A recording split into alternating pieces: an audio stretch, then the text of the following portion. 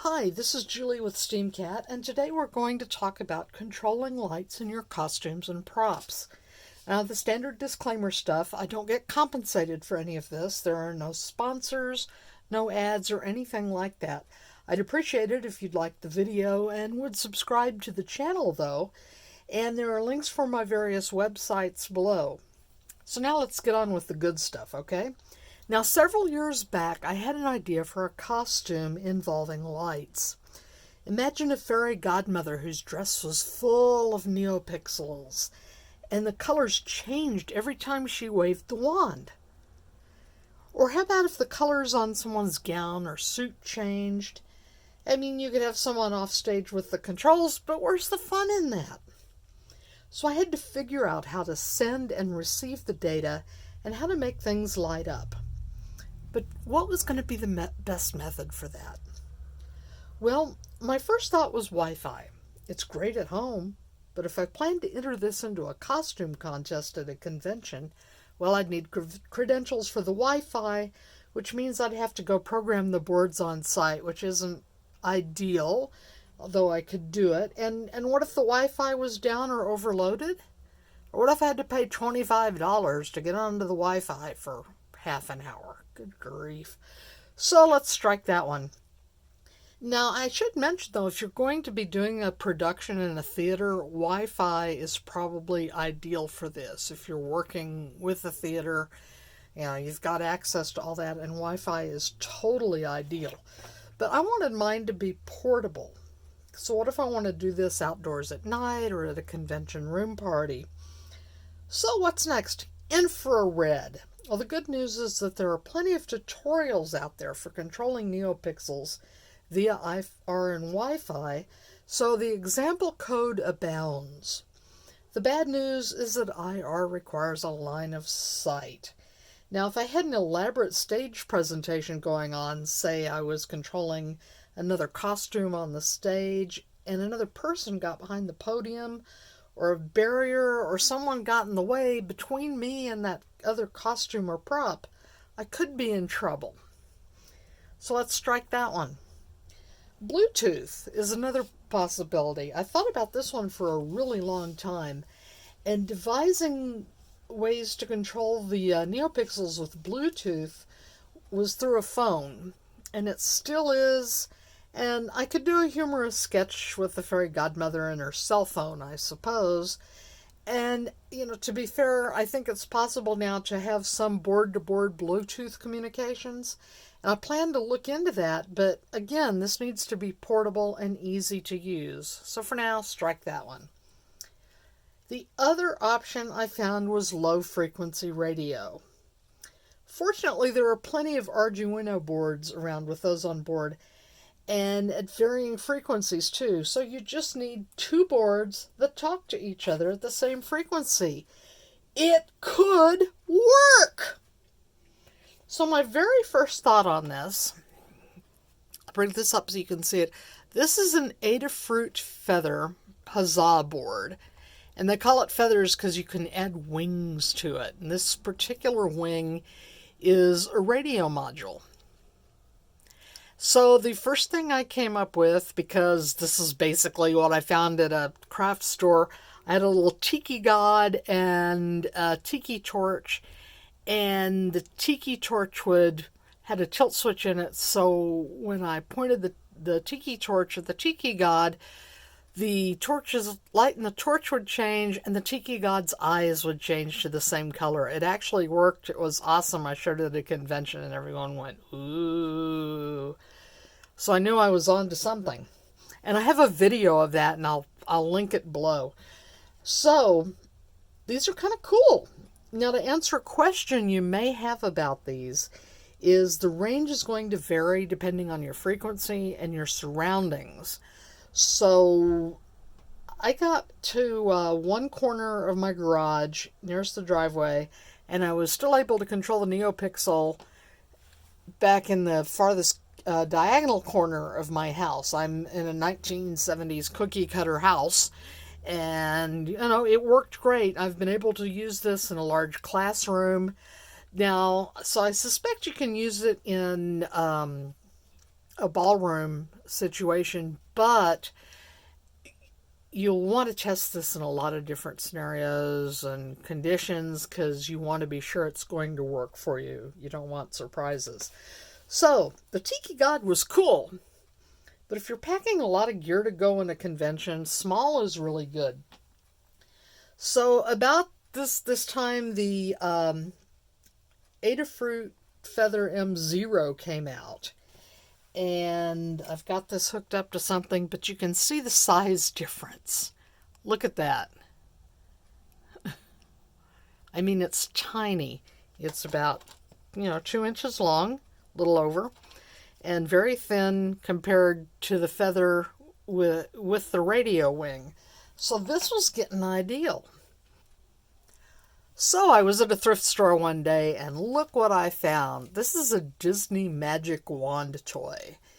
It was full of LEDs, and so my husband and I tore it apart and replaced all the LEDs with Neopixels.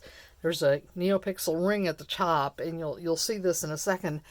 So this is a lot more compact than what I had, and it should work a lot better. And what I found for the destination is a lamp that I picked up at Daiso. This little guy had a color changing LED on the inside and all this fiber optics, and I replaced the LED, I think you can see that, with a sewable Neopixel. It was just about the right size. And the cool thing about this is it runs off of 3 AA batteries. This is the same power that the Feather wants. So I didn't have to worry about LiPo batteries or doing weird stuff with power. It just works. Now this is what it looks like on the bottom, all torn apart. Yes, I have 2 of these for another project I'll show you in a little bit. So I had replaced the Neopixel and rewired it all, and it works really well. So let's show you how it works here. Now, in here I have it's all put together, but the wand is big enough to fit the feather and a small LiPo battery, and I've had it run for about an hour and a half to 2 hours, so it's not bad. I think I could run it for longer than that, but we'll see. So the next step was programming. And then testing, and swear words, and back to the virtual drawing board, and more swearing, and a lot of swearing. I mean, that's what happens when you program stuff. So, lots of swearing, but I did get it done. So, now, when I press the button on the wand,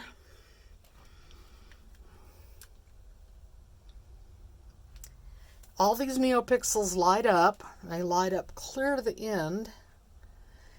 And the radio sends a signal to this radio that tells it what color the wand is, and it changes.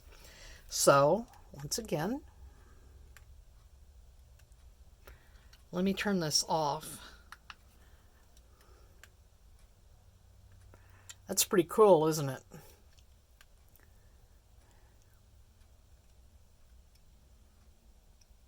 Well, it doesn't show up as red on my camera, but it's red on the... It's red, trust me. So what happens here... Oh, now it's red. Okay. So I have... It cycles through 4 lighting programs when I push the button, each of those colors, and when I push the button the last time, it turns all the lights off, which can be seriously convenient. So that is a proof of concept. Now, I had thought about using an accelerometer and using some sort of gesture-based system to change colors, and I think it could work, but the button is a definite working thing. I'm a klutz, so I'd probably do the gesture wrong or do the right gesture at the wrong time, whatever most gums up the works. If you're doing this on a stage, you really want the simplest thing to work. less stuff to go wrong. But, I'm probably going to look at gesture sensors, and you're probably thinking of ways you can use gesture sensors and accelerometers to do this. And tomorrow, Pinky, we will take over the world with all this. So again, this is a proof of concept. You can use it for a lot of projects, and it's a very basic method of control. You can turn a light on and off. You could control a servo motor and make something happen. And there are a lot of possibilities for this. I still want to build this into a dress or a headpiece, but I just kind of wanted to take one step at a time and make sure I could do this, because, geez, it's wild. It's been fun. It's been a great journey, but I don't want to build this big giant thing at once and troubleshoot 47 different failure points. Start small, move up. Now there's another option I want to show you with this board, and I'm going to show it to you later because I'm going to have to go back and reprogram this guy and set up the other light. So we'll be back in a minute. Hi, we're back. Now another thing you can do with these boards is proximity detection. And I've reprogrammed these to show you how it works. Adafruit has a really good tutorial by a couple who used this at their wedding. The bride had a bouquet, and of course the groom had a lanyard, and they both lit up, and the closer they got to each other, the brighter the lights got. The farther away they got from each other, they got dimmer and eventually went out. It was really kind of a cool thing. But there are several tutorials for this. Now you can easily do this with costumes. Imagine a pair of ballroom dancers with lights in their clothing. That'd be kind of cool. So, back when I first bought these lamps, my husband remarked that they kind of look like a Pokemon lure from Pokemon Go, and they kind of do. So I thought, gee, wouldn't it be fun to do something with Pokemon?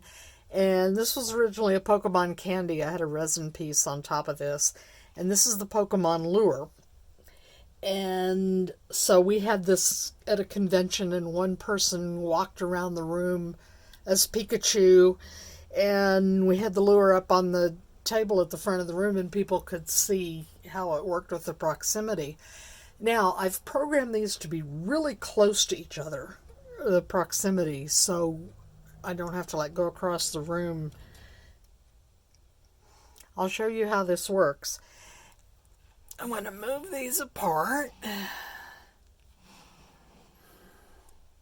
You see the lure, the light in the lure went out, but as it moves closer, the light gets a little brighter till they're very bright when they get closer to each other. And now the light changes.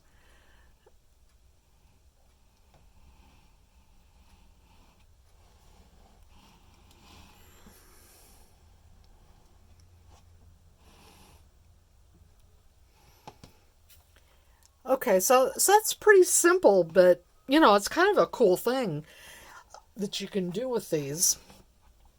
I can see you doing it with, you could hide one of these radios in a location and put a present with it and have the other person walk around. It's getting warmer, it's getting colder, to where they could find their present.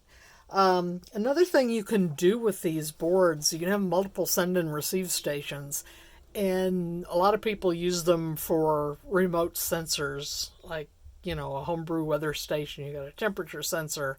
Here you got a temperature sensor in your front yard, and you want them both to send to the home base, so you can identify each of your transmitters and receivers, so you can collect that data. And you can also have, if I wanted a pair of these that were yellow for Pikachu, I could put them on different channels. So, we could have all the lures and the lights going around. It'd be kind of cool. So that's pretty much is what covers the basics. And the code for all this is going to be up on the SteamCat site, and there's a link below. Please like this video if you found it useful, and subscribe for more content. Thank you very much for watching.